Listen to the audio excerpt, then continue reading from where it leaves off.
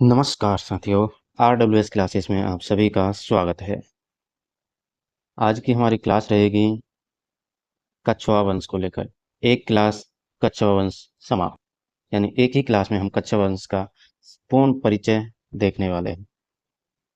कछुआ वंश के बारे में शुरू से लेकर एंड तक सारा कुछ हम आज जानने वाले हैं एक ही क्लास में। ज़्यादा लंबी क्लास नहीं होगी, थोड़ी होगी लेकिन ज़्यादा नहीं होगी औरों की तरह। तो अच्छे से पढ़ेंगे अपन और याद करेंगे साथ साथ। क्लास इंपॉर्टेंट रहेगी, पशु परिचय है, सीईटी है, अपने शिक्षक भर्ती सभी के लिए इंपॉर्टेंट रहेगी। राजस्थान की किसी भी वैकेंसी की अगर आप तैयारी कर रहे हैं तो सबके लिए इंपॉर्टेंट रहने वाली है। तो चलिए साथियों, शुरू करते हैं अपनी पढ़ाई। आ जाए। शुरू करने से पहले एक रिक्वेस्ट है आपसे कि चैनल को आप सब्सक्राइब जरूर कर लीजिए और वीडियो को शेयर कर दीजिए अपने साथियों के साथ, क्योंकि अपना चैनल नया है तो इसको ग्रो करवाना आपका कार्य है। ठीक है, तो चैनल को कर लीजिए सब्सक्राइब। Thank you. चलिए अब शुरू करते हैं, अपनी कछुआ वंश के बारे में जान लेते हैं। तो मेरे साथियों, ये है अपने कछुआ वंश की शुरुआत, यहाँ से हम करने वाले हैं। इसको थोड़ा और जूम कर लेते हैं ताकि आपको अच्छे से दिखे। ठीक है, या अब भी ठीक है ना। तो चलिए शुरू करते हैं। कछुआ कछुआ अपनी उत्पत्ति राम के ज्येष्ठ पुत्र कुश से मानते हैं। कछुआ जो थे वो स्वयं अपनी उत्पत्ति राम के ज्येष्ठ पुत्र कुश के वंशज खुद को मानते थे। लेकिन हमारे सूर्यमल मिश्रण जी के अनुसार एक कुरुम नामक रघुवंशी शासक हुआ। रघुवंशी हमारे राम के ही वंश था, राम जी भगवान का।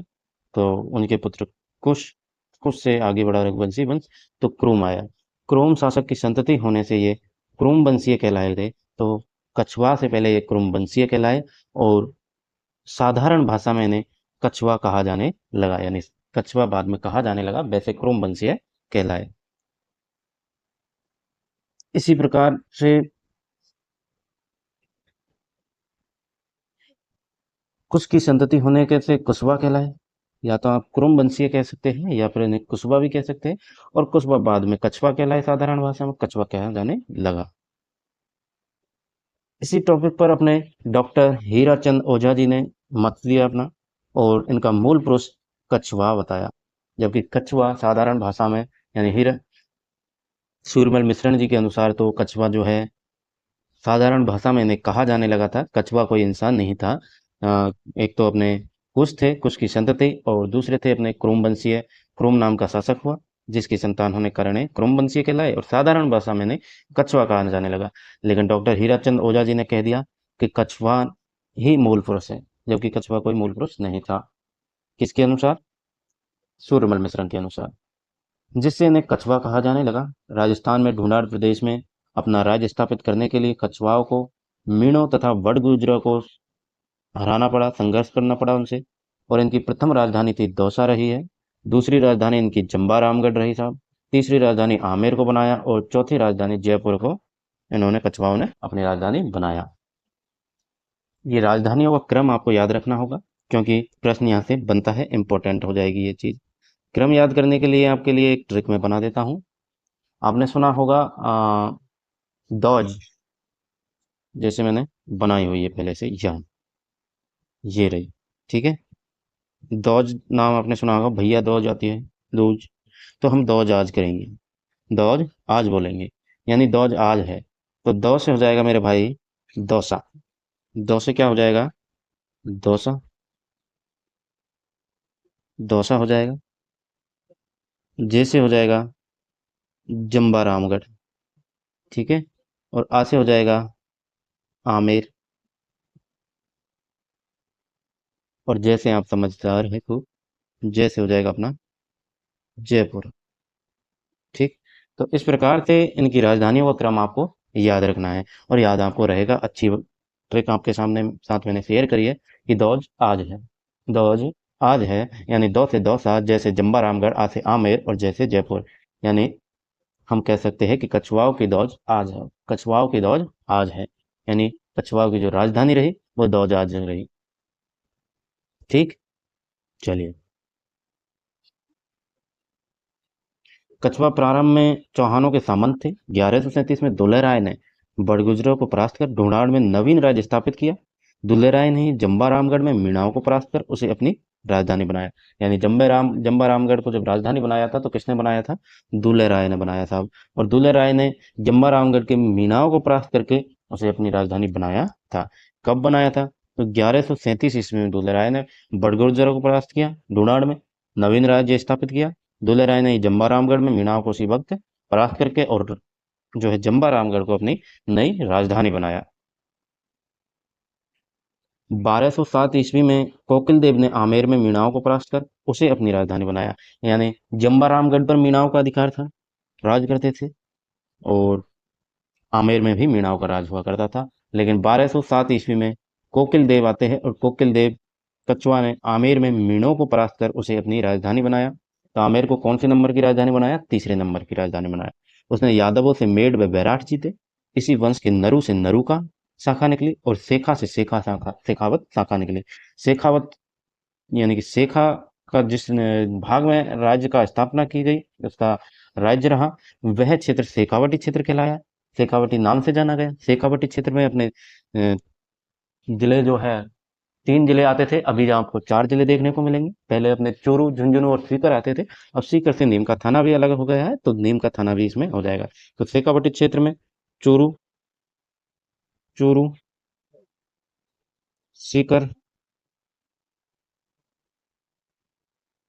झुंझुनू, झुंझुनू और थाना। ठीक है। अच्छा, शेखावटी क्षेत्र को याद करने की ट्रिक मैंने आपको बताई थी जब नए जिलों के अनुसार आपको पढ़ाया गया था उस टाइम पे। तो उसमें हमने ट्रिक बनाई थी क्या, कि झुंझुना चौराया है, सीकर थाने में डालो।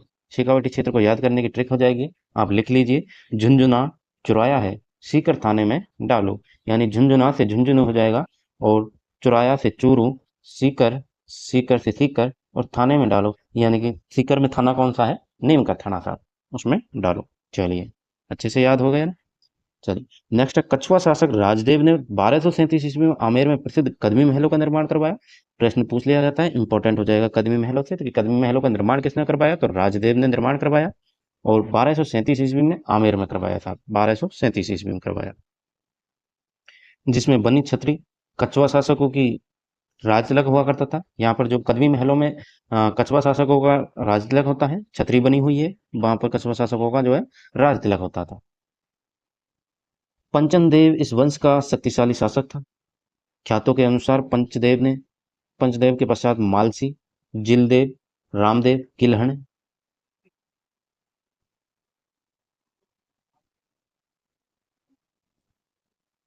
चलिए, किलहण और जो कमजोर शासक हुए थे, इनके बारे में ज्यादा इतिहास हमको पढ़ने की जरूरत नहीं है। कुंतल, उदयकरण, नरसिंह, उद्रण, चंद्रसेन शासक हुए।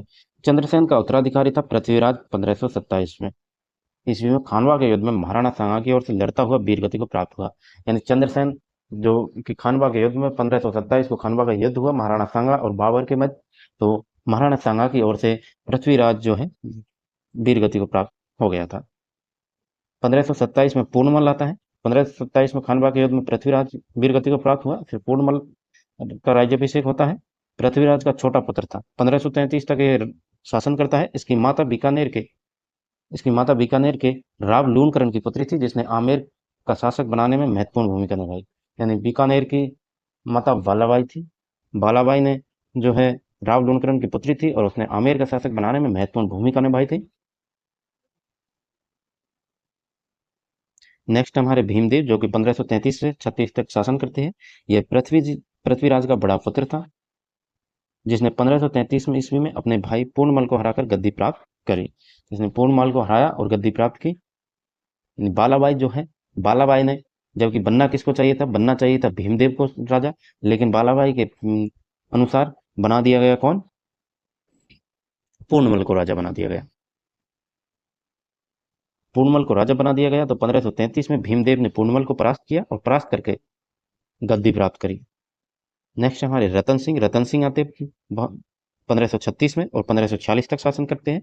ये लापरवाह किस्म का शासक था। तो कछवाहों का लापरवाह किस्म का शासक कौन हुआ? यानी रतन सिंह कहेंगे हम। इसके शासन में सभी कार्यों में राय मलौद का हस्तक्षेप रहता था। इसने शेरशाह की अधीनता स्वीकार की। इसके शासनकाल में इसके चाचा सांगा ने सांगानेर बसाया, यानी कि जयपुर वाले जानते होंगे, जो जयपुर में रहते हैं वो सांगानेर कस्बा है, वहां पर रहते हैं। सांगानेर थाना और अपने कुंभा मार्ग से आगे ये पड़ता है। तो वहां पर सांगानेर जो बसाया, वो किसने बसाया? तो सांगा ने बसाया था। सांगा कौन था? रतन सिंह का चाचा था सांगा, उसने सांगानेर बसाया। सांगा ने आमेर में लेने के प्रयास किए थे। सांगा ने जो है आमेर को लेने का प्रयास भी किया था, मगर असफल रहता है और रतन सिंह के छोटे भाई आस्करण ने जहर देकर उसकी हत्या कर दी थी। रतन सिंह का छोटा भाई था आस्करण। आस्करण आस्करण ने जहर देकर उसकी हत्या कर दी और स्वयं शासक बन गया। मगर कुछ समय पश्चात फिर भारमल ने इसे पदच्युत कर आमेर का शासन प्राप्त कर लिया साहब। अब आता है भारमल। 1547 से 1573 तक भारमल रहता है। ये इंपॉर्टेंट रहेगा भारमल, याद रखिएगा थोड़ा इसके बारे में। चलिए, तो भारमल मुगल अधीनता स्वीकार करने वाला पहला राजपूत शासक था। पहली बात तो ये याद रखिए कि मुगल अधीनता स्वीकार करने वाला राजपूत शासक पहला कौन था, कछवाओं का शासक कौन था, तो वो भारमल हो जाएगा। कहा जाता है कि मजनू खां नाम का एक व्यक्ति ने दिसंबर 1556 में अकबर और भारमल की मित्रता करवाई थी। यानी 1556 में अकबर और भारमल की मित्रता होती है और तभी से भारमल जो है अकबर की अधीनता स्वीकार कर लेता है। अकबर जनवरी 1562 में अजमेर की यात्रा पर आता है। अजमेर से लौटते समय सावर में भारमल ने अपनी अपनी पुत्री हरकाबाई, यहाँ पर हरकाबाई आपको देखने को मिलेगी। हरकाबाई, हरकाबाई को मानमती के नाम से भी जानते हैं। हरकाबाई को किस नाम से जानते हैं? हरकाबाई, या फिर हम कहें मानमती, मान मानमती, या फिर हम कहें साहबाई। साहबाई भी हरकाबाई को कहते हैं। साहबाई। तो हरकाबाई किसकी पुत्री थी? भारमल की। भारमल ने क्या किया? 1562 में अजमेर की यात्रा पर अकबर आता है और लौटते समय, अजमेर से लौटते समय सांबर में अकबर के साथ किया हरकाबाई का विवाह, मानमती का विवाह, साहबाई का विवाह। हरकाबाई, मानमती और साहबाई एक ही लड़की का नाम है जो कि भारमल की पुत्री थी। और इसी का पुत्र जो है आगे जहांगीर के हुआ। तो जहांगीर जहांगीर जो है, जहांगीर हरकाबाई का पुत्र था। ठीक है, चलिए।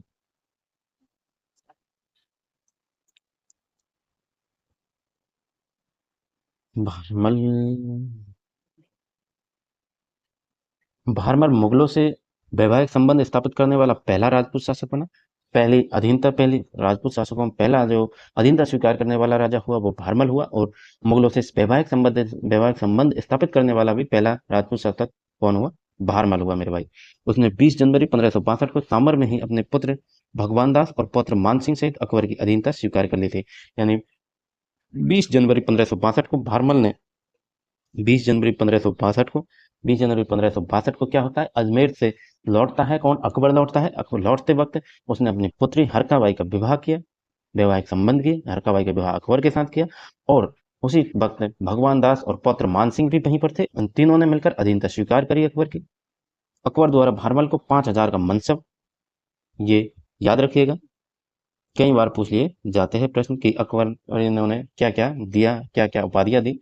तो एक तो 5,000 का मनसब दिया अकबर ने, अमीर उल उमरा की उपाधि दी और राजा की उपाधियां प्रदान की गई थी। तो अमीर उल उमरा, 5,000 का मनसब, राजा की उपाधि, भारमल के लिए याद रखनी है आपको। तो भारमल के लिए क्या क्या याद रखना है आपको? भारमल के लिए एक तो इसकी पुत्री हरकाबाई का विवाह इसने 20 जनवरी 1562 को अकबर के साथ किया और हरकाबाई का पुत्र जहांगीर हुआ। अकबर ने ऐसे 5,000 का मनसब कहा, अमीर उल उमरा की उपाधि दी, राजा की उपाधि प्रदान करी। ठीक। नेक्स्ट हमारे भगवान दास। भगवान दास यानी कि भगवान दास और भगवान दास एक ही चीज है, अलग अलग है, मत कीजिएगा कंफ्यूजन। ठीक है। तो भगवान दास 1573 से 1589 ईस्वी तक शासन करते हैं। आमेर का राजा बनने पर अकबर ने भगवान दास को टीका भिजवाया तथा उसे 5,000 का मनसब व अमीर उल उमरा की पदवी दी। अमीर उल उमरा की पदवी भग भारमल को भी दे दी और अमीर उल उमरा की उपाधि भगवान दास को भी अकबर ने दे दी। इन लोगों को क्या उपाधि दे दे तो इनको मजा आ जाता था, मतलब कुछ भी उपाधि दे दी, अमीर उल उमरा हो तुम, ऐसे हवा भर दी जाती थी इनके अंदर। 5,000 का मनसब बोल दिया तो ये क्या फिर उसी के हो जाते थे। तो ये बेवकूफ थे आमेर के राजा, मैं तो बेवकूफ मानता हूँ उनको। ठीक है ना। ये राजा हुए मेवाड़ में, मारवाड़ में रामचंद्र सेन, महाराणा प्रताप, राणा सांगा, कुंभा, ये हुए राजा राजस्थान के वीर। ये कोई राजा हुए भगवान दास, हरमल, मान सिंह। मान सिंह लड़ा, लेकिन किस लिए लड़ा? बुद्धिहीन इंसान किससे लड़ रहा था यही पता नहीं उसको, बस लड़ रहा था। चलिए, तो 5,000 का मनसब इसको भी बोल दिया और अमीर उल उमरा की पदवी भी दे दी साहब। यानी भारमल से उठा के भगवान दास को दे दी। भगवान दास कुंवर और शासक दोनों रूपों में मुगलों की सेवा में रहा। यानी कुंवर था उस टाइम पे भी, क्योंकि जब इन्होंने अधीनता स्वीकार की तो भगवान दास भी उस वक्त थे भारमल के साथ, और उसका पुत्र यानी भगवान दास का पुत्र मान सिंह भी वहीं पर था। तो इन्होंने कुंवर के टाइम में, यानी कि जब ये कुंवर थे तब भी इन्होंने मुगलों की सेवा करी, और अब राजा बन के शासक बन के भी सेवा कर रहे हैं। इसने 1585 ईस्वी में अपनी पुत्री मानवाई का विवाह जहांगीर के साथ कर दिया। अब ये देख इसकी बेवकूफपंती कि 1585 में, याद रखिएगा सन, अपनी पुत्री मानबाई का विवाह यानी अपने बुआ के बेटे के साथ कर दिया। भाई, बुआ ने बहन के बेटे के साथ कर दिया, क्योंकि भारमल की पुत्री हरकाबाई थी और भारमल का पुत्र भगवान दास। तो इन दोनों भाई बहन हुए, और भाई बहन ने यानी बहन के पुत्र कौन हुआ? हरकाबाई का पुत्र जहांगीर हुआ, और जहांगीर के साथ इसने अपनी पुत्री ब्याह दी। भाई, मानबाई का विवाह जहांगीर के साथ कर दिया। अरे मादर चौदह मर जाओगे तुम। सॉरी, गाली निकली। खुसरो मानवाई व जहांगीर का पुत्र था। खुसरो कौन था? मानवाई व जहांगीर का पुत्र था, ठीक है। तो खुसरो कौन हुआ? मानवाई और जहांगीर का पुत्र हुआ। मानवाई ने 1604 ईस्वी में खुसरो के पितृद्रोही व्यवहार से दुखी होकर आत्महत्या कर ली थी। तो मानवाई ने 1604 ईस्वी में आत्महत्या कर ली खुसरो के पितृद्रोही व्यवहार से। खुसरो ने जो है पितृ यानी कि जहांगीर का विद्रोह किया था, इससे दुखी होकर मानवाई ने आत्महत्या कर ली। वैसे मानवाई को दुखी होना चाहिए था कब? भगवान दास के फैसले पर। भगवान दास ने जब मानबाई का विवाह जहांगीर के साथ किया, तब उसको दुखी होना चाहिए था और उसको तभी आत्महत्या कर लेनी चाहिए थी, हमारे अनुसार। तो मेरी पर्सनल सोच है ये, बाकी आप कुछ भी सोचो, मुझे कोई प्रॉब्लम नहीं है ना। भगवान दास ने 1583 से 1598 ईस्वी तक पंजाब के सूबेदार के रूप में कार्य किया। 1589 में लाहौर में इसकी मृत्यु हो जाती है। अब आ जाते हैं मानसिंह प्रथम। मानसिंह प्रथम यानी 1589 से 1614 ईस्वी तक रहते हैं। ये भी बस लड़ाई लड़ा, लेकिन बुद्धिहीन व्यक्ति, मैं कहता हूं बुद्धिहीन था। इसको यही पता नहीं कि लड़ किससे रहा है, अपनों से ही लड़ता रहा। किसके लिए? लेकिन इसके अपने थे ही कहाँ, इसने तो अकबर को अपना समझा। सत तेरी की। मानसिंह प्रथम 1562 ईस्वी में मुगल सेना में सम्मिलित होता है। इसने अकबर व जहांगीर, दो मुगल सम्राटों की सेवा करी। अकबर के अकबर और जहांगीर दोनों की सेवा करी, क्योंकि अकबर की तो ये शुरू से ही कर रहा है। और फिर जहांगीर आया, जहांगीर के साथ भगवान दास ने अपनी पुत्री का विवाह किया, उसके यानी कि इसकी बहन से विवाह किया। आप अपने जीजा की सेवा नहीं करेगा क्या? बहन चोद ने जीजा बना लिया जहांगीर। रणथंभौर अभियान में 1569 ईस्वी में सुरजनहाड़ा को मुगल अधीनता स्वीकार करवाने में मानसिंह प्रथम ने महत्वपूर्ण भूमिका निभाई। यानी कि सुरजनहाड़ा बूंदी के शासक हुए, उनको भी इसने अधीनता स्वीकार करवाने में महत्वपूर्ण भूमिका निभाई, क्योंकि ये हर जगह ये यही चाहता था कि मैं अकबर की चाट रहा हूँ तो सारी दुनिया चाटेगी, और उसके लिए ये जान लगा देता था। ऐसा बेवकूफ इंसान था। अब आप बताओ इसको क्या बोले। गुजरात अभियान के दौरान 1573 ईस्वी में मानसिंह महाराणा प्रताप के पास संधि का दूसरा प्रस्ताव लेकर जाता है। महाराणा प्रताप के पास भी गए थे, लेकिन महाराणा प्रताप ने तो इसको पिछवाड़े पर लात मार के भगा दिया था इसको। 1576 ईस्वी में हल्दी घाटी के युद्ध का नेतृत्व किया इसने। यह अकबर के नवरत्नों में शामिल था। अकबर द्वारा मानसिंह प्रथम को फरजंद की उपाधि दी गई। फरजंद का मतलब होता है बेटा, बेटा की उपाधि, और 7,000 का मनसब इसको दिया गया। यानी बेटा बोल दिया उसको, और फरजंद की उपाधि दे दी कि मानसिंह तू मेरा बेटा है, तू फरजंद है, तुझे 7,000 का मनसब मैं प्रदान करता हूँ। इस प्रकार से इनको बेवकूफ इंसानों को बेवकूफ बनाया गया अकबर के द्वारा, ठीक है। फर्जंद की उपाधि दे दी, 7,000 का मनसब इनको बोल दिया। याद रखिए, इन उपाधियों से प्रश्न बनता है। बाकी मेरी बकवास पर ध्यान मत दीजिएगा, क्योंकि मैं थोड़ा इमोशनली हो जाता हूँ चीज़ों को पढ़ता हूँ जब, ठीक है। तो 7,000 का मनसब और फर्जंद की उपाधि इसको याद रखिएगा, इंपॉर्टेंट है। मानसिंह ने काबुल, बंगाल, बिहार आदि के सूबेदार के रूप में कार्य किया तथा काबुल में रोशनाइयों के विद्रोह का दमन किया। मानसिंह ने 1592 ईस्वी में उड़ीसा जीतकर पहली बार उसे मुगल साम्राज्य का अंग बना दिया। यानी 1592 में उड़ीसा जीता और जीतकर मुगल साम्राज्य यानी अकबर के चरणों में जाके रख दिया कि संभालो साहब। इसने बिहार में मानपुर और बंगाल में अकबरपुर राजमहल की स्थापना करी। रोहता रोहतासगढ़ बिहार के सुंदर महलों का निर्माण भी मानसिंह ने करवाया। यानी बिहार में जाके रोहतासगढ़ सुंदर महल बनवा दिए, अकबरपुर बसाया, राजमहल की स्थापना करी। मानसिंह ने बंगाल के शासक केदारनाथ को परास्त करके बंगाल से शीला देवी की मूर्ति लाकर उसे आमेर में प्रतिष्ठित करवाया।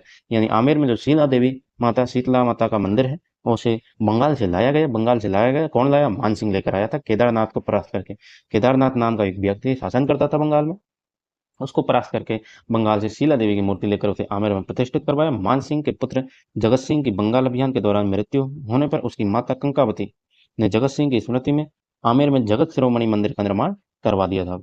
यानी आमेर में जगत शिरोमणि मंदिर बनवाया मानसिंह की पत्नी कंकावती ने बनवाया। कंकावती जगत सिंह की माता थी, और जगत सिंह जो है, मानसिंह जब बंगाल में गया तो मानसिंह जब बंगाल में गया तो केदारनाथ से युद्ध हुआ, केदारनाथ परास्त हुआ, लेकिन मानसिंह के पुत्र जगत सिंह की मृत्यु हो जाती है। और जगत सिंह की मृत्यु हो जाती है तो जगत मानसिंह बंगाल से शीला देवी की मूर्ति लाता है और उसे आमेर में प्रतिष्ठित करवाता है। तभी माता कंकावती ने जगत सिंह की स्मृति में आमेर में जगत शिरोमणि मंदिर का निर्माण करवा दिया। संत दादू दयाल का मानसिंह के दरबार में आना जाना रहता था, तो संत दादू दयाल जी जो है मानसिंह के दरबार में आते जाते रहते थे। मानसिंह की मृत्यु 6 जुलाई 1614 में हो गई थी, एलिचपुर में हुई। इसकी छतरी हाडीपुर आमेर में बनी हुई है। तो मानसिंह की छतरी हाडीपुर आमेर में बनी हुई है और इसकी मृत्यु हुई थी 6 जुलाई 1614 को एलिचपुर में हुई थी साहब। चलो,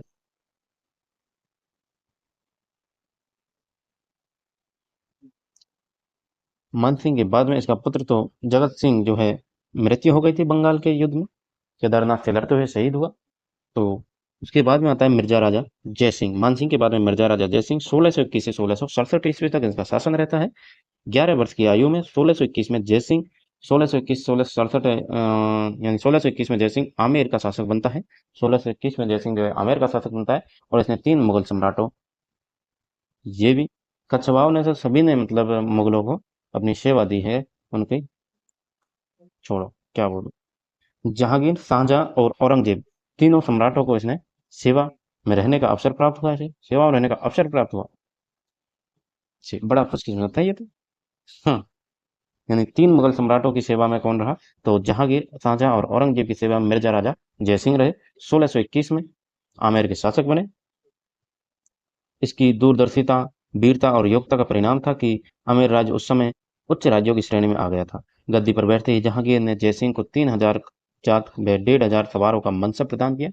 तो ये जहांगीर, अकबर, शाहजहां, इन सभी का काम था कि इन बुद्धिहीन इंसानों को उपाधियां दे दो ताकि ये खुश रहे। तो इसको भी जहांगीर ने उपाधि दे दी। पहले अकबर दिया करता था, अब जहांगीर आ गया, तो जहांगीर ने उपाधि दे दी जयसिंह को। ये तो 3,000 का जात है, तो 1,500 सवारों का मनसब है।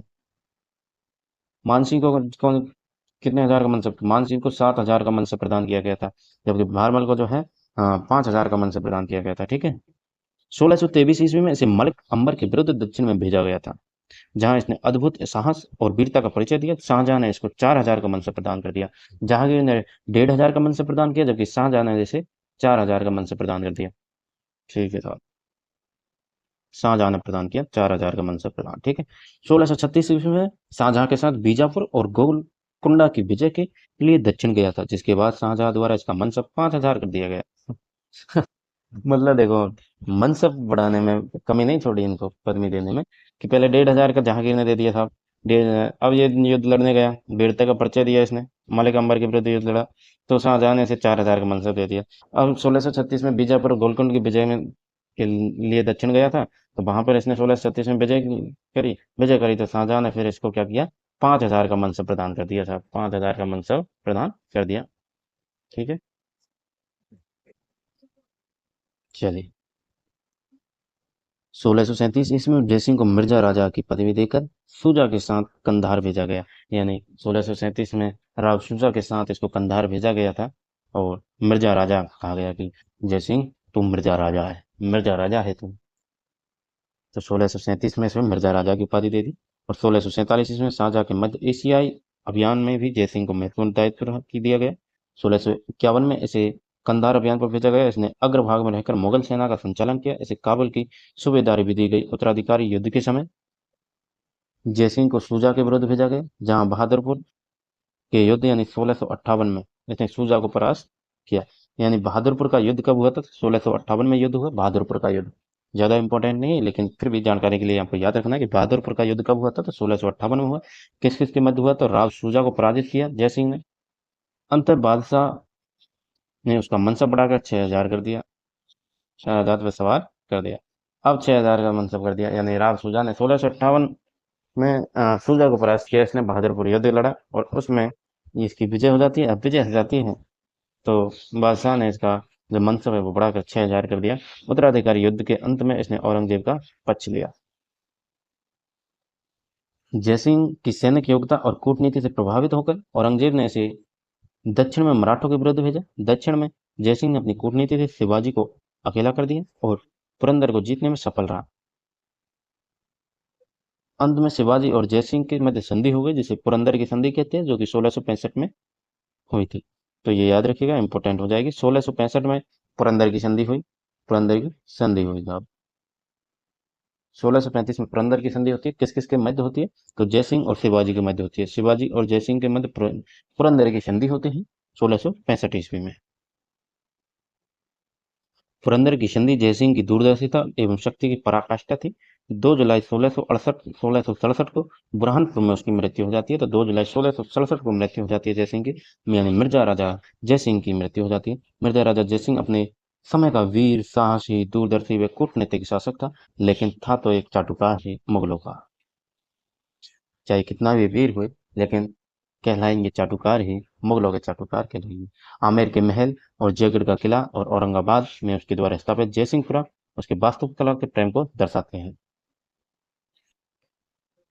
तो आमेर महल और जयगढ़ का किला किसने बनवाया? निर्माण याद रखिएगा, ये इंपॉर्टेंट हो जाएगा। तो ये दोनों जयसिंह ने ही बनवाए, जयसिंहपुरा बसाया। आमेर महल और जयगढ़ किला जयसिंह, मिर्जा राजा जयसिंह ने निर्माण करवाया। प्रसिद्ध कवि बिहारी जयसिंह के दरबारी कवि हुए थे। प्रसिद्ध कवि यहाँ पर आपको देखने को मिलेगा, प्रसिद्ध कवि बिहारी जयसिंह के दरबारी कवि थे साहब। चलिए, सवाई जयसिंह आते 1700 से 1743 ईस्वी तक। 3 दिसंबर 1688 को जन्मे जयसिंह में प्रथम जयसिंह की तुलना में वीरता, वाक्पटुता को विशेष मात्रा में पाकर औरंगजेब ने इसका नाम सवाई जयसिंह रख दिया था। उसके बाद जयपुर के सभी राजा अपने नाम के पहले सवाई का पद प्रयोग करने लगे। तो सबसे पहले जो सवाई की उपाधि दी गई थी वो सवाई जयसिंह को दी गई। सवाई जयसिंह को किसने दी थी? औरंगजेब ने दी। और इसके बाद में सभी जयपुर के जो राजा हुए वो अपने नाम के आगे सवाई उपाधि के पद का उपयोग करने लगे। 1698 ईस्वी में मात्र 10 वर्ष की आयु में ही इसे दक्षिण भेजा गया और 1700 ईस्वी में सवाई जयसिंह ने आमेर का शासन संभाल लिया। यानी मात्र 10 वर्ष की आयु में दक्षिण में भेजा गया इसे युद्ध के लिए। 1701 ईस्वी में बुरहानपुर में औरंगजेब की सेवा में पहुंचा। 1707 ईस्वी के उत्तराधिकारी युद्ध में जयसिंह ने आजम का पक्ष लिया। यानी 1707 में उत्तराधिकारी युद्ध होता है जिसमें जयसिंह आजम का पक्ष लेता है, मगर मुअज्जम युद्ध में विजयी रहता है। आजम जो है पराजित हो जाता है। अंततः मुअज्जम जो बहादुर शाह के नाम से शासक बना था। मुअज्जम कौन था? मुअज्जम याद रखिए, बहादुर शाह को कहते हैं। बहादुर शाह आप जानते हैं, लेकिन बहादुर शाह का बहादुर शाह नाम से पहले मुअज्जम नाम था। और मुअज्जम और आजम में युद्ध होता है। युद्ध होता है उत्तराधिकारी पद को लेकर। उत्तराधिकारी पद में जो है सवाई जयसिंह आजम का साथ देता है, जबकि आजम युद्ध हार जाता है और मुअज्जम विजयी रहता है। तो मुअज्जम विजयी रहता है तो मुअज्जम को बहादुर शाह शासक बनता है। मुअज्जम बहादुर शाह नाम से जाना गया फिर, और आमेर पहुंचकर विजय सिंह को शासक घोषित कर दिया। यानी सवाई जय सिंह को हटाकर मुअज्जम यानी बहादुर शाह ने आमेर पहुंचकर विजय सिंह को शासक घोषित कर दिया तथा आमेर का नाम बदलकर इस्लामाबाद या फिर हम कहें मोमिनाबाद कर दिया। याद रखिएगा, ये इम्पोर्टेंट हो जाएगा बिल्कुल। प्रश्न इम्पोर्टेंट है कि आमेर का इस्लामाबाद या फिर मोमिनाबाद नाम किसने किया था? तो बहादुर शाह यानी कि मुअज्जम ने किया। क्यों किया? क्योंकि जो सवाई जय सिंह थे उन्होंने 1707 ईस्वी में मुअज्जम और आजम में उत्तराधिकारी युद्ध होता है, जिसमें सवाई जय सिंह आजम का साथ देते हैं। मुअज्जम की विजय होती है। मुअज्जम की विजय होती है तो मुअज्जम जो है बहादुर शाह के नाम से जाना गया। और बहादुर शाह ने सबसे पहला काम किया, आमेर गया और आमेर पर विजय सिंह को शासक घोषित किया। सवाई जयसिंह को हटाया और आमेर का नाम बदला। आमेर का नाम इस्लामाबाद मोमिनाबाद कर दिया। अतः 1708 ईस्वी में जयसिंह उदयपुर पहुंचता है। 1708 में जयसिंह उदयपुर पहुंचता है और मेवाड़ राजकुमारी चंद्रकुबरी से विवाह किया। अब चंद्रकुबरी से विवाह कर लिया था 1708 में। विवाह की शर्त के कारण जयसिंह की मृत्यु के बाद जयपुर को उत्तराधिकारी युद्ध का सामना करना पड़ा। यानी विवाह की शर्त थी कि जयसिंह का पुत्र ही, जो चंद्रकुबरी का पुत्र ही शासन करेगा, राजा बनेगा। जबकि इसकी विवाह के शर्त के अनुसार जो है जयसिंह की मृत्यु हो जाती है, और मृत्यु होने के बाद में जो है उत्तराधिकारी युद्ध का सामना करना पड़ा था।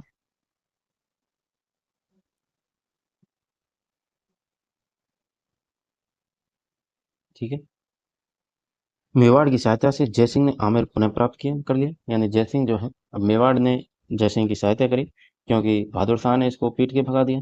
विजय सिंह को रखा वहां पे इस्लामाबाद नाम रख दिया उसका, आमेर का। तो मेवाड़ गया है, उदयपुर गया, उदयपुर में इसने चंद्रकुबरी से विवाह किया, चंद्रकुबरी से विवाह किया। अब चंद्रकुबरी से विवाह कर लिया आमेर, उदयपुर जाके। तो फिर मेवाड़ वालों ने इसकी सहायता करी, जय सिंह ने पुनः प्राप्त किया आमेर। अब मुगल सम्राट ने भी इसे आमेर का शासक स्वीकार कर लिया था। मुगल सम्राट यानी बहादुर शाह ने भी इसे, ठीक है भाई, विजय सिंह तू नहीं संभाल पाया, तो जय सिंह तू ही आ जा। सम्राट फर्रुख सियर ने 1713 ईस्वी में जयसिंह को मालवा का शासक सूबेदार नियुक्त कर दिया था। सम्राट फर्रुख सियर ने इसे मालवा का शासक नियुक्त किया। जयसिंह के प्रयासों से 17 जुलाई 1734 को राजपूत राजाओं का हुर्ड़ा सम्मेलन बुलाया गया, ताकि संगठित होकर मराठों का मुकाबला किया जा सके, किंतु आपसी अविश्वास से यह योजना कार्य रूप न ले सके। यानी जयसिंह ने प्रयास किए, और प्रयासों से राजपूत राजाओं का जो हुर्ड़ा सम्मेलन हुआ, हुर्ड़ा सम्मेलन की डेट पूछी जाती है डायरेक्ट, याद रखिएगा, इंपॉर्टेंट हो जाएगी। 17 जुलाई 1734 को हुर्ड़ा सम्मेलन होता है, जो कि मराठों के विरुद्ध मुकाबला करने के लिए किया गया था, लेकिन आपसी अविश्वास की वजह से जो है ये सफल नहीं हुआ हुर्ड़ा सम्मेलन। 17 जुलाई 1734 को हुआ। 1725 ईस्वी में सवाई जयसिंह ने नक्षत्रों की शुद्ध सारणी बनवाई, नक्षत्रों की एक शुद्ध सारणी बनवाई, और उसका नाम जीज मोहम्मद शाही रखा। अब भी मोहम्मद शाही नाम रख रहा है। कुछ हिंदू है तो हिंदू वाला नाम ही रख लेता, फिर बोलते हैं कि इनको बेवकूफ बोलता हूँ। हाँ, तो ठीक है साहब, नक्षत्रों की एक शुद्ध सारणी बनवा दी, और जिसका नाम रख दिया इसने जीज मोहम्मद शाही। उसने जयसिंह कारिका नामक ज्योतिष ग्रंथ की रचना की। ज्योतिष ग्रंथ की रचना की जयसिंह कारिका की।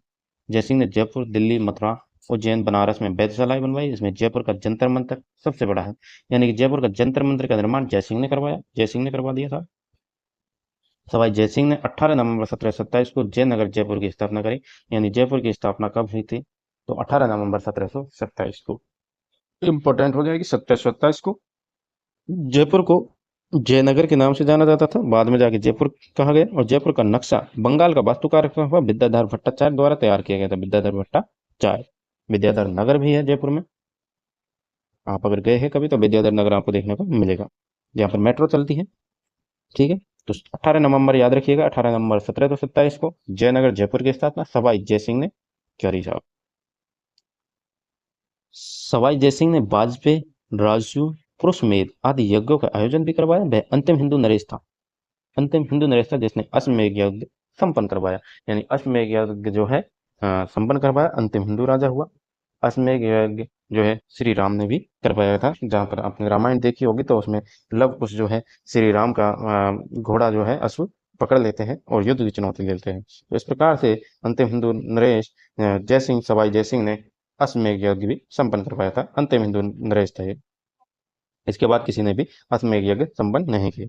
सवाई जयसिंह ने 1734 में वृंदावन से गोविंद देव जी की मूर्ति लेकर आया। 1714 में, सॉरी, 1714 में गोविंद देव जी की मूर्ति लेकर आए, आमेर में स्थापित करी गोविंद देव जी की। कहाँ से लाया? वृंदावन से लाया। कब लाया? 1714 ईस्वी में लाया सवाई जयसिंह। यह मंदिर राजस्थान में गौड़िया संप्रदाय की प्रथम पीठ के रूप में विख्यात है। तो याद रखिएगा, डायरेक्ट प्रश्न बनता है कि गोविंद देव जी का जो मंदिर है वो किस संप्रदाय की प्रथम पीठ के रूप में विख्यात है? तो आपको गौड़ीय संप्रदाय याद रखनी है। गौड़ीय संप्रदाय की प्रथम पीठ के रूप में गोविंद देव जी का मंदिर जो है 1734 में वृंदावन से लेकर आए मूर्ति सवाई जयसिंह स्थापित है। 1734 ईस्वी में इसने जयपुर में नाहरगढ़ और सुदर्शनगढ़ किले का निर्माण करवाया। जयगढ़ में जयबाण तोप का निर्माण करवाया, जो कि जयबाण तोप जो है एशिया की सबसे बड़ी तोप हो जाएगी, एशिया की सबसे बड़ी तोप हो जाएगी साहब।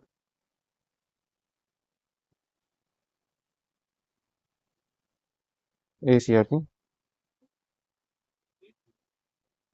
सबसे बड़ी तोप है, सबसे बड़ी तोप है। एशिया की सबसे बड़ी तोप हो जाएगी जयबाण तोप, जो कि जयगढ़ किले में रखी हुई है फिलहाल। 1734 में इसने जयपुर में नाहरगढ़, सुदर्शनगढ़ भी कहते हैं नाहरगढ़ को, उस किले का निर्माण करवाया। जयसिंह द्वारा चंद्रमहल, सिसोदिया रानी महल और जल महल का निर्माण भी करवाया गया। जयपुर में जो जल महल है उसका निर्माण भी जयसिंह सवाई जयसिंह ने करवाया। 1734 में नाहरगढ़ और सुदर्शनगढ़ किले का निर्माण करवा दिया। 1734 में ही हुरडा सम्मेलन हुआ था जो कि असफल रहा था। ठीक है। और जयबान तोप एशिया की सबसे बड़ी तोप हो जाएगी। जल महल का निर्माण भी इसी ने करवाया। चलिए, सवाई जयसिंह प्रथम हिंदू शासक था जिसने सती प्रथा को रोका। वे विधवा पुनर्विवाह को वैधता प्रदान करने के लिए नियमों का निर्माण किया। यानी कि विधवा जो हो गई है वो पुनर्विवाह कर सकती है और सती प्रथा को रोका गया था। अब आते हैं हमारे ईश्वरी सिंह। ईश्वरी सिंह के बारे में ईश्वर लाट सागर सुली ये देख रहे हैं, ये इंपॉर्टेंट हो जाएगी। 1743 से 1750 ईस्वी तक ये शासन करते हैं। ईश्वरी सिंह सवाई जय सिंह का ज्येष्ठ पुत्र था।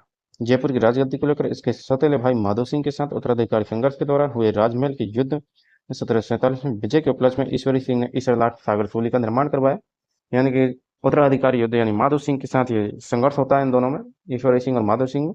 तो माधो सिंह को ये परास्त करता है और विजय होता है। विजय के उपलक्ष्य में 1747 में ईश्वर लाट सागर सूली यानी सरगा सूली का निर्माण करता है। इसी सरगा सूली से ये मरता भी है, सुसाइड करता है। जयपुर के उत्तराधिकार को लेकर माधो सिंह व ईश्वरी सिंह के बीच बगरू का युद्ध होता है 1748 में। तो बगरू का युद्ध कब हुआ था? तो बगरू का युद्ध 1748 में होता है माधो सिंह और ईश्वरी सिंह के बीच। माधो सिंह और ईश्वरी सिंह दोनों भाई थे, सवाई जय सिंह के पुत्र थे। दोनों में उत्तराधिकारी पद को लेकर युद्ध होता है, जैसे हम बगरू का युद्ध कहते हैं 1748 में। और इस युद्ध के बाद मतलब जब ये जीता तो इसने ईसर का निर्माण करवाया, सरगासुली का निर्माण करवा दिया, जिसमें मराठों की सहायता से माधो सिंह ने ईश्वरी सिंह को परास्त कर दिया। यानी मराठों ने माधो सिंह की सहायता करी, बगरू के युद्ध में हार गया था। जबकि 1747 में जो है ईसर सरगासुली का निर्माण करवा दिया था इसने। उत्तराधिकारी संघर्ष में माधव सिंह को परास्त किया और माधव सिंह परास्त होकर 1747 में ही मराठों के पास गया और 1748 में वापस आया और मराठों को लेकर आया साथ में, और मराठों की सहायता से इसने ईश्वरी सिंह को परास्त कर दिया। जिसके बाद ईश्वरी सिंह ने माधव सिंह को टोड़ा, टोंक और मालपुरा सहित 5 परगने देना स्वीकार कर लिए, मगर वह मराठों को युद्ध हर जाने नहीं दे सका। यानी मराठों ने कहा कि भाई हम इतनी दूर से आए हैं लड़ने के लिए तो कुछ तो हमारा भी बनता है, तो युद्ध हर जाना जो है ईश्वरी सिंह नहीं दे पाया। तो मराठा सरदार होलकर का जयपुर पर दबाव बढ़ने पर उसने 1750 में आत्महत्या कर ली। यानी मराठा सरदार होलकर माधो सिंह लेकर आया था। माधो सिंह लेकर आया था, ईश्वरी सिंह को परास्त कर दिया। परास्त करने के बाद ईश्वरी सिंह ने माधो सिंह को कुछ परगने दे दिए। परगने देने के बाद भाई मराठाओं का जो युद्ध का हर्जाना है वो ईश्वरी सिंह नहीं दे पाया, और नहीं दे पाया तो मराठा सरदार होलकर ने जयपुर पर दबाव बनाने लगे। तो इस दबाव को जो है ईश्वरी सिंह नहीं झेल पाए और उन्होंने ईसर लाट सरगासुली से कूद कर यानी फंदा लगाकर सुसाइड कर ईसर लाट से ईसर ईसर लाट से कूद कर सुसाइड करी। ठीक है, 1750 में। और 1750 में सवाई माधो सिंह प्रथम आते हैं। 1750 से 1768 तक यह शासन करते हैं। यह मेवाड़ राजकुमारी चंद्रकुवरी और सवाई जयसिंह का पुत्र था। यानी सवाई माधो सिंह प्रथम कौन था? तो मेवाड़ राजकुमारी चंद्रकुबरी और सवाई जयसिंह का पुत्र था। चंद्रकुबरी कौन थी? मैंने आपको बताया था। चंद्रकुबरी मेरे भाई, जब सवाई जयसिंह मेवाड़ गया था, उदयपुर गया था, जब मुअज्जम और आजम दोनों में उत्तराधिकारी युद्ध हो रहा था, तो उस टाइम पे सवाई जयसिंह ने आजम का साथ दिया था और मुअज्जम की विजय होती है। मुअज्जम जो है बहादुर शाह है, और बहादुर शाह ने सबसे पहला काम किया, सवाई जयसिंह को पीट के भगा दिया, ये मान लो। और विजय सिंह को शासन पर बैठा दिया, और विजय सिंह को शासन पर बैठाया यानी राजगद्दी पर बैठाया, और विजय सिंह को राजगद्दी पर बैठाकर आमेर का नाम बदलकर उसने कर दिया मोमिनाबाद। मोमिनाबाद बाद या फिर हम कहें इस्लामाबाद, मोमिनाबाद या फिर इस्लामाबाद नाम कर दिया। अब क्या किया, सवाई जयसिंह जाता है कहाँ? उदयपुर जाता है। उदयपुर जाके चंद्रकुबरी से विवाह करता है, और चंद्रकुबरी से विवाह करता है तो मेवाड़ के जो राजा थे, वहाँ के जो सरदार थे, उन्होंने जयसिंह की सहायता करी और विजय सिंह को परास्त किया। विजय सिंह को परास्त करके जयसिंह ने पुनः आमेर की गद्दी ले ली, और गद्दी लेकर ले ली तो उसके बाद में जो है बहादुर शाह ने भी मान लिया कि ठीक है, तू राज कर। तो समझ गए आप चंद्रकुबरी कौन है? तो चंद्रकुबरी अपने मेवाड़ की राजकुमारी थी, जिससे पैदा हुए सवाई माधो सिंह प्रथम। ठीक है, चलिए आगे बढ़े। इस तरीके से आप पढ़ेंगे तो आपको अच्छे से याद रहेगा। आपको एक एक चीज पीछे की चीजें याद होनी चाहिए, तभी जाके आपका पढ़ने का मतलब है, वरना तो कोई मतलब नहीं है। ठीक है। तो इसने मराठों की सहायता से राजगद्दी प्राप्त करी। अतः मराठों द्वारा निरंतर धन की मांग की गई, जिसे न पूरी करने पर मराठों ने जयपुर को लूटा। फलस्वरूप नागरिकों ने विद्रोह कर मराठा सैनिकों का कत्लेआम किया, जिसके कारण मराठों व राजपूतों के संबंध में कटुतापूर्ण हो गया था। यानी कि मेरे भाई होता क्या है कि ईश्वरी सिंह मराठों की वजह से, मराठा सरदार होलकर की वजह से सुसाइड कर लेता है ईसर लाट से कूद कर। उसके बाद में सवाई माधो सिंह प्रथम शासन करते हैं। सवाई माधो सिंह प्रथम चंद्रपुरी और जयसिंह का पुत्र था। अब जयसिंह का पुत्र था तो मराठों का तो जो है होलकर साहब तो बैठे हुए थे कि जो भी आएगा उससे हम पैसा वसूल करेंगे, हमारे युद्ध का हर्जाना दो। उनका युद्ध का हर्जाना ही समाप्त नहीं हो रहा था। तो इससे क्या है, निरंतर धन की मांग की गई मराठों ने। मराठे निरंतर धन की मांग करते रहे माधो सिंह प्रथम से। अब मराठों को जिसकी पूर्ति नहीं कर पाया, माधो सिंह पूर्ति नहीं कर पाया, तो मराठों ने जयपुर को लूट लिया। मराठों ने जो है जयपुर को लूटा। फलस्वरूप क्या होता है कि जयपुर की जनता जाग उठती है, और जनता जनार्दन तो आप जानते हैं कि किसी के भी सामने अगर एक पर जोश में खड़ी हो गई तो सबको मिटा के रख देती। तो फलस्वरूप नागरिकों ने विद्रोह किया, जयपुर के नागरिकों ने, जयपुर की जनता ने विद्रोह किया, और मराठा सैनिकों यानी कि मराठा सरदार होलकर को, सबको मराठा सरदारों का, सैनिकों का कत्लेआम कर दिया। और कत्लेआम करने पर कारण, जिस कारण मराठों और राजपूतों के संबंध कटुतापूर्ण हो गए, मराठे और राजपूतों के संबंध में कटुतापूर्ण हो गया। उसके बाद होता है अपना भटवाड़ा युद्ध। 1761 में भटवाड़ा युद्ध होता है। ठीक है। अब भटवाड़ा युद्ध होता है 1761 में, याद रखिएगा।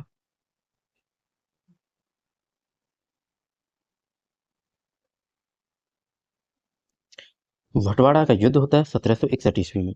तो मुगल बादशाह अहमद शाह द्वारा रणथंभौर का किला जयपुर के माधो सिंह को देने पर कोटा महाराज शत्रुसाल ने जयपुर पर आक्रमण कर नवंबर 1761 में भटवाड़ा नामक स्थान पर जयपुर की सेना को पराजित किया। तो भटवाड़ा के युद्ध में क्या होता है, क्यों हुआ भटवाड़ा का युद्ध मेरे भाई? 1761 में हुआ, नवंबर 1761 को। हुआ यह कि मुगल बादशाह अहमद शाह ने रणथंभौर का किला दे दिया था माधो सिंह को, जयपुर के माधो सिंह को किला दिया। तो माधो सिंह जब जयपुर रणथंभौर गया, रणथंभौर किले पर गया, तो इधर कोटा के महाराज शत्रुसाल ने सोचा कि जयपुर पर आक्रमण कर लेते हैं, क्योंकि उस टाइम पे जो है अपना साम्राज्य विस्तार की नीति सभी में हुआ करती थी। तो 1761 यानी नवंबर 1761 में भटवाड़ा नामक स्थान है जयपुर में, वहां पर जयपुर की सेना को महाराज शत्रुसाल ने पराजित कर दिया साहब। और 1763 में माधो सिंह प्रथम ने सवाई माधोपुर की स्थापना करी। 1763 में माधो सिंह से जो है अहमद शाह ने माधो सिंह को अहमद शाह ने माधव सिंह को रणथंभौर का किला दिया। और उसी टाइम पे भटवाड़ा का युद्ध होता है, जिसमें माधव सिंह की सेना जो है पराजित हो जाती है और शत्रु साल जयपुर पर आक्रमण कर लेता है। तो 1763 में माधव सिंह प्रथम ने सवाई माधोपुर की स्थापना करी। सवाई माधोपुर की स्थापना कब हुई? तो 1763 में हुई। किसने करी? तो माधव सिंह प्रथम ने करी। और कैसे हुई? क्योंकि अहमद शाह द्वारा रणथंभौर का किला माधव सिंह को दे दिया गया। तथा जयपुर में मोती डूंगरी पर स्थित महलों का निर्माण भी माधव सिंह ने करवाया। जयपुर में मोती डूंगरी प्रसिद्ध जगह है, स्थान है, वहां पर जो महल है उनका निर्माण माधव सिंह ने करवाया था। नेक्स्ट हमारे सवाई प्रताप सिंह 1778 से 1803 ईस्वी में तक इनका शासन रहता है। 1778 से 1803 ईस्वी तक मराठों की धन पिपासा व निरंतर लूटमार के कारण प्रताप सिंह के समय 3 युद्ध लड़े गए थे। यानी सवाई प्रताप सिंह के समय मराठों के विरुद्ध 3 युद्ध लड़े गए थे, क्योंकि मराठा अभी भी मानने को तैयार नहीं थे। यानी मराठा सरदार होलकर साहब अभी भी मानने को तैयार नहीं था। जयपुर की जनता ने कत्लेआम मचा दिए, कत्लेआम मचाया। तो माधव सिंह को थोड़ा सहायता मिली, उससे माधव सिंह को जो है ज्यादा मांग नहीं की गई थी मराठों ने, लेकिन वो मांग करते रहे निरंतर, और उनके जो संबंध थे वो भी बिगड़ गए। अब मराठों ने सवाई प्रताप सिंह पर भी धन मांग और लूटमार करने लगे। तो 3 युद्ध सवाई प्रताप सिंह ने लड़े। इंपॉर्टेंट हो जाएगा तुंगा युद्ध मेरे भाई। तुंगा युद्ध यानी 28 जुलाई। अभी 28 जुलाई को आपको याद हो, आपने अगर देखा हो कि इस स्प्रिंग बोर्ड के स्प्रिंग बोर्ड स्प्रिंग बोर्ड के राजवीर सर, आप सभी जानते हैं, जो हिस्ट्री पढ़ते हैं वो राजवीर सर को जानते हैं। राजवीर सर ने तुंगा युद्ध 28 जुलाई को तुंगा युद्ध दिवस मनाया।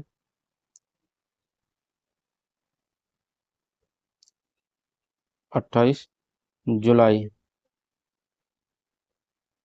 को तुंगा दिवस मनाया,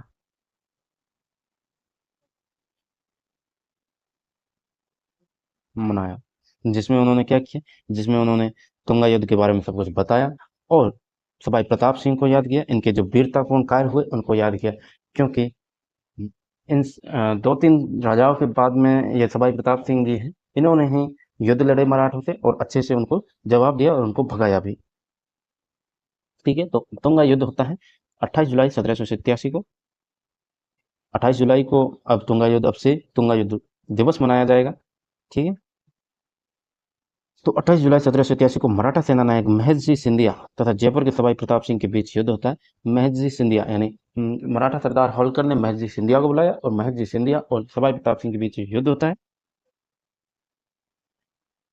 इस युद्ध में, तुंगा युद्ध में जयपुर का साथ दिया मारवाड़ के विजय सिंह और मुगल सेना की टुकड़ी भी यहाँ पर शामिल थी। इस युद्ध में मराठा सेना जो है पराजित हो गई और तुंगा युद्ध में जो है हमारे सवाई प्रताप सिंह की विजय होती है। सवाई प्रताप सिंह की विजय होती है, इसीलिए हम तुंगा युद्ध मनाते हैं। सॉरी, तुंगा युद्ध दिवस मनाया जाएगा। अभी 28 जुलाई, इसी 28 गई हुई 28 जुलाई जो है 2024 से स्टार्ट किया है सर राजवीर सर ने। ठीक है, और जो है, तो तुंगा युद्ध में विजय होती है सवाई प्रताप सिंह की। सवाई प्रताप सिंह की विजय के बाद मराठों का जो धन मांगने की जो उनकी प्रवृत्ति थी वो खत्म हो जाती है, वो चले जाते हैं, उनको खदेड़ दिया गया, जयपुर से भगा दिया गया। ठीक है, उसके बाद में लेकिन फिर भी नहीं रुके और 20 जून 1790 को पाटन का युद्ध होता है साहब। 20 जून 1790 याद रखिएगा, पाटन का युद्ध होता है, जिसमें महेश सिंधिया और जयपुर और मारवाड़ की संयुक्त सेनाओं के बीच युद्ध होता है, जिसमें राजपूत सेनाएं पराजित हो जाती है। यानी कि महेश सिंधिया जो है मराठे एक जिद्दी टाइप के इंसान हुआ करते थे, जो कि जब तक रुकेंगे नहीं तब तक उनके हाथ पैर नहीं टूटेंगे या कुछ भी, मतलब उनको बहुत ज्यादा समस्या, गहरी समस्या नहीं होगी। तो महेश सिंधिया हारा तुंगा युद्ध में। ठीक है, तुंगा युद्ध 28 जुलाई 1787 को होता है। 1787 के बाद में 20 जून 1790 में महेश सिंधिया वापस आता है और वापस आता है पाटन में, और पाटन के युद्ध लड़ता है, जयपुर और मारवाड़ की विजय सिंह की सेना दोनों से लड़ता है और राजपूत सेना को पराजित कर देता है सब। युद्ध के बाद 5 जनवरी 1791 में हुई सांबर की संधि के तहत अजमेर का पुनः सिंधिया का अधिकार होगा। यानी अजमेर पर सिंधिया का अधिकार होता है और जयपुर द्वारा युद्ध क्षतिपूर्ति के लिए 15 लाख रुपए मराठों को बकाया खिराज के रूप में शेष 63 लाख रुपए देना स्वीकार किया गया। यानी 15 लाख रुपए तो उसने कैश लिए। मैजी सिंधिया ने पाटन के युद्ध जीता 20 जून 1790 को, और 5 जनवरी 1791 में फिर एक सांबर संधि होती है। सांबर संधि याद रखिएगा, सांबर संधि किसके मध्य होती है? तो सांबर संधि जो है अपने, जो सांबर संधि सवाई प्रताप सिंह और महेश जी सिंधिया के मध्य होती है, जिसमें महेश जी सिंधिया जयपुर से यानी सवाई प्रताप सिंह से 15 लाख रुपए कैश लेते हैं और 63 लाख रुपए बकाया रखता है कि 63 लाख रुपए और आप दोगे युद्ध की क्षतिपूर्ति के लिए। यानी कि मराठों ने पैसे लिए बिना नहीं छोड़ा था जयपुर को। ठीक है, अब युद्ध होता है मालपुरा युद्ध 16 अप्रैल 1800 ईस्वी को। यह युद्ध सवाई प्रताप सिंह द्वारा मराठों की धन की मांग को खारिज करने पर हुआ था। इस युद्ध में जयपुर की जीत होती है। अब जो 15 लाख तो दे दिए, 15 लाख के बाद में 63 लाख रुपए और देने थे, तो उनको रोकने के लिए मालपुरा युद्ध होता है। मालपुरा में 16 अप्रैल 1800 ईस्वी को सवाई प्रताप सिंह और मराठों की जो धन की मांग थी उसको खारिज करने के लिए कि नहीं, हम नहीं देंगे पैसा, तो सवाई प्रताप सिंह ने जीत हासिल करी। और सवाई प्रताप सिंह को ब्रजनिधि उपनाम से कविताएं लिखता था। सवाई प्रताप सिंह ब्रजनिधि उपनाम से कविताएं लिखता था, इंपॉर्टेंट हो जाएगी। ठीक है, तो 3 युद्ध लड़े, मालपुरा युद्ध, पाटन युद्ध और तुंगा युद्ध। तो तुंगा युद्ध आपके 1787 में हुआ। 28 जुलाई 1787 को तुंगा युद्ध होता है, जिसमें मराठा सेना पराजित होती है।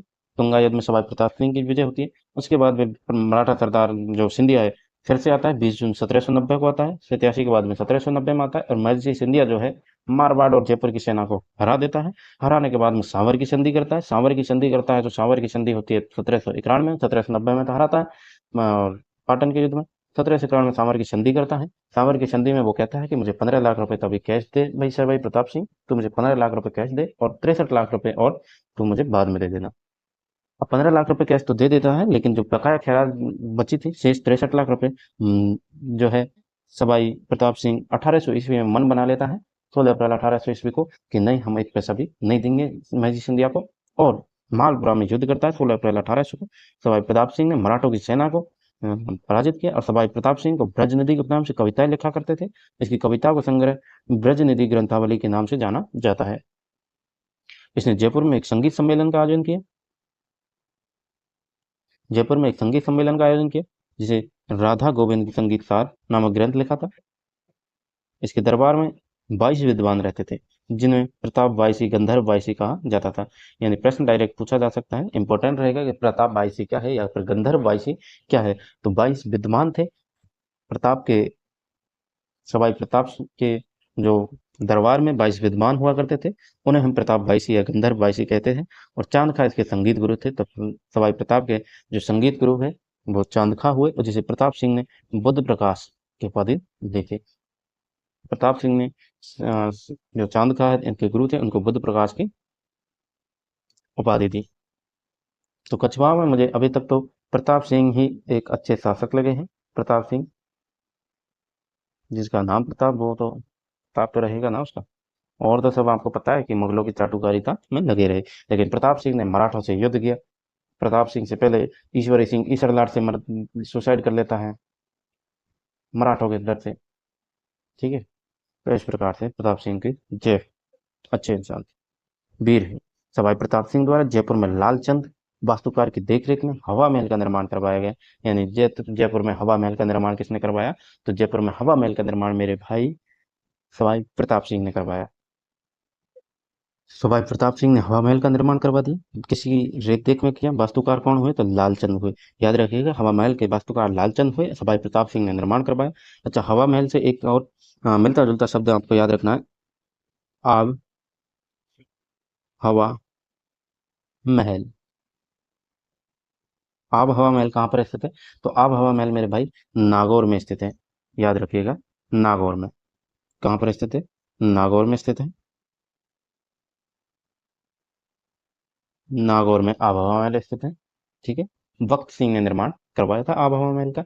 और यहाँ पर अपने जयपुर में सवाई प्रताप सिंह ने लालचंद वास्तुकार की देखरेख में हवा महल का निर्माण करवा दिया। ठीक है, नेक्स्ट है हमारे सवाई जगत सिंह द्वितीय। 1803 ईस्वी से 1818 ईस्वी तक रहते हैं।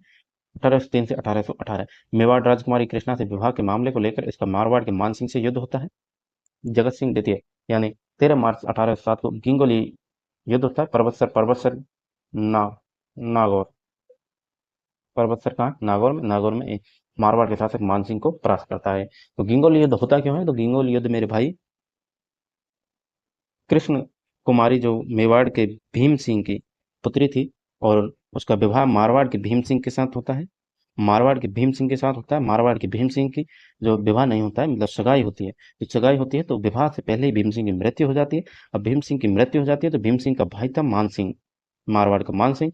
और भीम सिंह की मृत्यु के बाद मेवाड़ का भीम सिंह जो है, कृष्णा कुमारी का जो सगाई है वो जयपुर के जगत सिंह द्वितीय के साथ करता है। और जगत सिंह द्वितीय के साथ करता है तो इसका विरोध करता है मान सिंह, मारवाड़ का मान सिंह, कि नहीं हमारे साथ होना चाहिए विवाह। तो इसका विरोध करते करते 13 मार्च 1807 में गिंगोली युद्ध होता है। क्योंकि जगत सिंह द्वितीय कहता है कि नहीं भाई, उसकी इच्छा है भीम सिंह, मेवाड़ के भीम सिंह की, कि वो जहाँ चाहे वहाँ कर सकता है।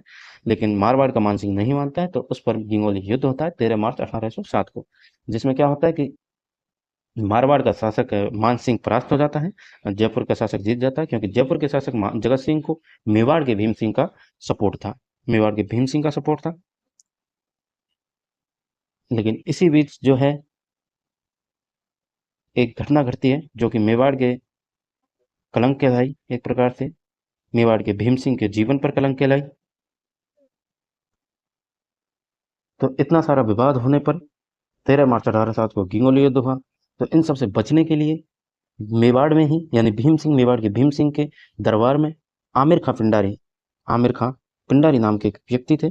आमिर खां पिंडारी, आमिर खां पिंडारी, पिंडारी हुए, जिन्होंने क्या किया, कृष्ण कुमारी को जहर दे दिया। कृष्ण कुमारी को जहर दे दिया कि इस विवाद को रोकने के लिए कृष्ण कुमारी को मरना होगा, और कृष्ण कुमारी को जहर दे दिया गया। और ये जो है ये घटना, ये मेवाड़ यानी भीम सिंह के जीवन काल पर कलंक कहलाई ये सब।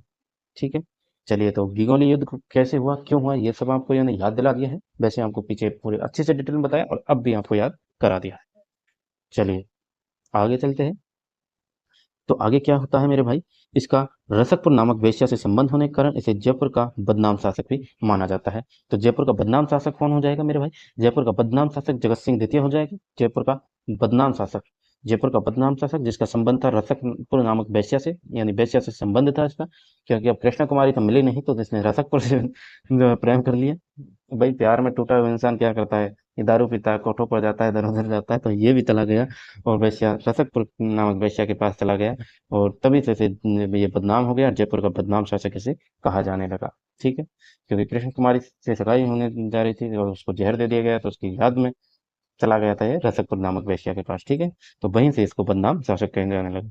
इसने 15 अप्रैल 1818 को अंग्रेजों से संधि कर उनकी अधीनता स्वीकार कर ली, और 15 अप्रैल 1818 को अंग्रेजों के साथ संधि करी जगत सिंह तृतीय ने। ठीक है, चलिए नेक्स्ट आते हैं हमारे सवाई जयसिंह तृतीय। 1818 से 1835 तक शासन करते हैं।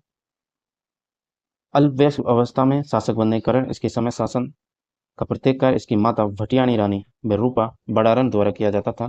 1835 को जयसिंह तृतीय का अल्पायु में देहांत हो जाता है, सर देहांत हो जाता है। ठीक है, ज्यादा कुछ है नहीं। सवाई राम सिंह द्वितीय 1835 से 1880 ईस्वी तक रहते हैं। सवाई राम सिंह द्वितीय इंपॉर्टेंट हो जाएंगे। राज्य अभिषेक के समय सवाई राम सिंह द्वितीय का अल्पवयस्क था, अतः प्रारंभ में शासन पर रेजिडेंसी काउंसिल के अध्यक्ष मेजर लुड़लो का जो है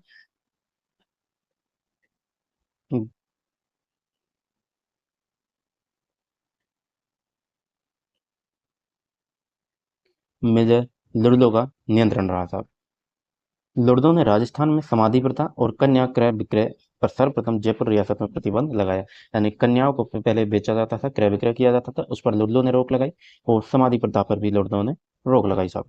अंग्रेजों ने राम सिंह तृतीय को 1857 क्रांति को दबाने में अंग्रेजों का सहयोग करने के कारण सितारे हिंद की उपाधि दी। यानी अब देखो, पहले अब फिर बोलते हो आप लोग कि मैं इन कछुआओं को गाली क्यों देता हूँ। साला पहले तो इन लोगों ने क्या किया, मुगलों की चाटुकारिता करी, अब अंग्रेजों की चाटुकारिता करने लगे। मतलब जनता का साथ इन्होंने दिया ही नहीं। एक प्रताप सिंह को छोड़, प्रताप सिंह टोंगा युद्ध, पाटन युद्ध, याद है ना, उसको छोड़ गए, उसने मराठा को भगाया। ठीक है, उसने चाटुकारिता नहीं की।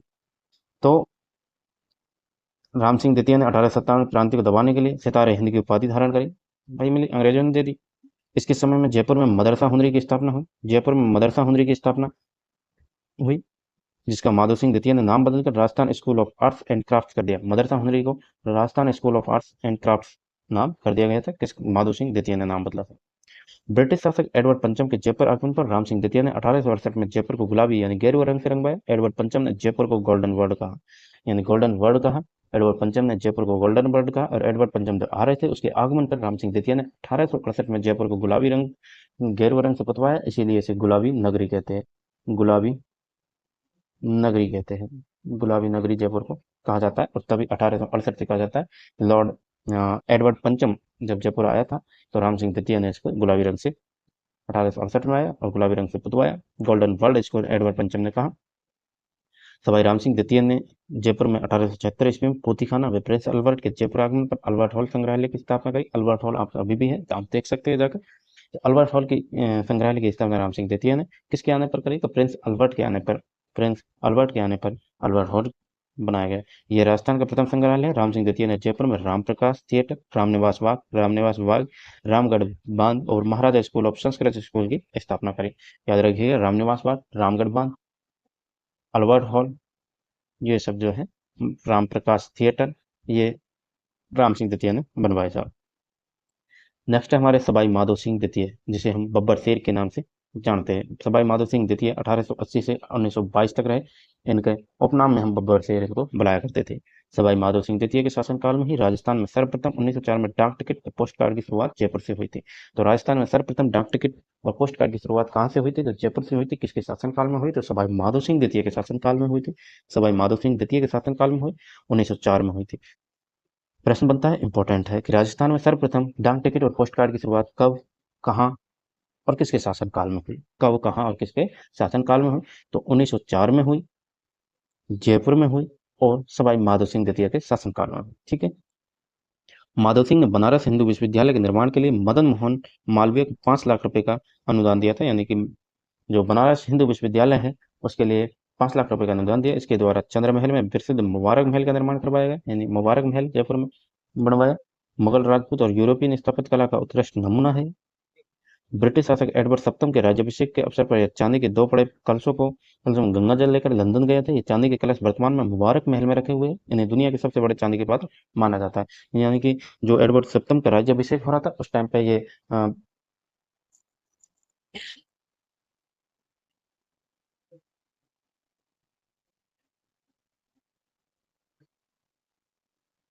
लंदन गया था। तो लंदन गया तो ये इसने कहा भाई मैं पानी नहीं पीऊंगा वहां का, या फिर वहां के बर्तनों में। तो ये क्या है, 2 बड़े कलशों को लेकर गया था, गंगा जल लेकर उनमें लेकर गया ऐसे भी हुए। और चांदी के कलश जो कि वर्तमान मुबारक महल में रखे हुए, दुनिया के सबसे बड़े चांदी के पात्र जो है ये लेकर गया था लंदन, और लंदन से वापस भी ले आया। ये भी बढ़िया काम किया। ठीक है, चलिए। सवाई मानसिंह द्वितीय 1922 से 1949 तक शासन करता है। कछवाहा वंश का अंतिम शासक हुआ था, जो 1949 से 1956 ईस्वी तक राजस्थान के राज प्रमुख पद पर भी रहा है। राजस्थान का राज प्रमुख पद पर भी रहा है ये। यह पोलो का प्रसिद्ध खिलाड़ी था। सवाई मानसिंह द्वितीय। मिर्जा इस्माइल के सहयोग से मानसिंह ने जयपुर का आधुनिकीकरण किया। इनके द्वारा सवाई मानसिंह अस्पताल, एसएमएस हॉस्पिटल, आप जिसमें इलाज करवाते हैं अच्छे से, सवाई मानसिंह मेडिकल कॉलेज और सवाई मानसिंह स्टेडियम का निर्माण इसी ने करवाया। सवाई मानसिंह स्टेडियम में आईपीएल मैच आप देखे होंगे अच्छे से। ठीक है, तो वही सवाई मानसिंह द्वितीय ने भी बहुत ही अच्छी जो है निर्माण करवाए। एक तो एसएमएस हॉस्पिटल बनवाया, सवाई मानसिंह मेडिकल कॉलेज और सवाई मानसिंह स्टेडियम का निर्माण सवाई मानसिंह द्वितीय ने करवा दिया साहब। इसके प्रधानमंत्री मिर्जा इस्माइल को आधुनिक जयपुर का निर्माता कहा जाता है। तो आधुनिक जयपुर का निर्माता कौन हो जाएगा? मिर्जा इस्माइल हो जाएगा। राजमाता गायत्री देवी मानसिंह द्वितीय की पत्नी थी, जिसकी मृत्यु 29 जुलाई 2000 2009 को हो गई थी। 9 को हुई। ठीक है, तो इसकी मृत्यु, पत्नी इसकी गायत्री देवी थी। गायत्री देवी की मृत्यु हुई 29 जुलाई 2009 को। 2009 को मृत्यु हुई थी। ठीक है, इसको तो आप अच्छे से यूट्यूब पर सर्च करके आप देख सकते हैं कि गायत्री देवी कैसी दिखती थी। सुंदर महारानी थी। ठीक है, तो ये था हमारा जयपुर के कछवाओं का संपूर्ण इतिहास। आज की क्लास यहीं पर होती है कंप्लीट। 1 घंटे से ऊपर हो गया, चलिए कोई बात नहीं, लेकिन एक चैप्टर जो है अपना कंप्लीट हो चुका है। और इसी प्रकार से हम अन्य वंशों को भी करेंगे, अन्य अ, वंशों को भी कंप्लीट करेंगे, एक ही क्लास में करेंगे, अच्छे से करेंगे। बताइए कैसी लगी क्लास, याद हुआ या नहीं? आपको पढ़ने का तरीका समझ आना चाहिए कि किस तरह से बुक को पढ़ा जाता है। तो ऐसे बुक को पढ़ेंगे तो आपको याद रहेगा हमेशा ही। ठीक है, आप सुन भी सकते हैं, सुनिए। मैंने आपको अच्छे से हर एक चीज़ को स्टोरी बेस पे बताया है, हर एक तरीके से आपको बताने की कोशिश की है, समझाया है। ठीक है साथियों, तो और इससे बाहर कोई भी प्रश्न नहीं जाएगा, ये मैं गारंटी के साथ कह सकता हूँ आपसे। तो आप किसी भी वैकेंसी की तैयारी कर रहे हैं तो आप ये आपके लिए राजस्थान की वैकेंसी के लिए इंपॉर्टेंट हो जाएगा। कच्छा वंश जहां भी एग्जाम में आता है उस एग्जाम में इस क्लास से बाहर कोई भी प्रश्न नहीं जाएगा। ठीक है ना? तो साथियों, चैनल को सब्सक्राइब कर लीजिए, वीडियो को कर दीजिए लाइक, एक प्यारी सी कमेंट कीजिए, और कोई डाउट हो तो आप पूछ सकते हैं किसी भी टॉपिक को लेकर, किसी भी कोई भी चीज़ आपके माइंड में चल रही है तो वो भी आप शेयर कर सकते हैं। ये आप ही का चैनल है, आप ही को इसको ग्रो करवाना है। नया चैनल है, आपका फर्ज बनता है ग्रो करवाना है, तो आपको ग्रो करवाना है। ये आपकी जिम्मेदारी है, आप कैसे निभाते हैं वो मैं आप पर छोड़ता हूँ। चलिए साथियों, मिलते हैं नेक्स्ट टॉपिक में, नेक्स्ट टॉपिक के साथ। तब तक के लिए जय हिंद, जय भारत।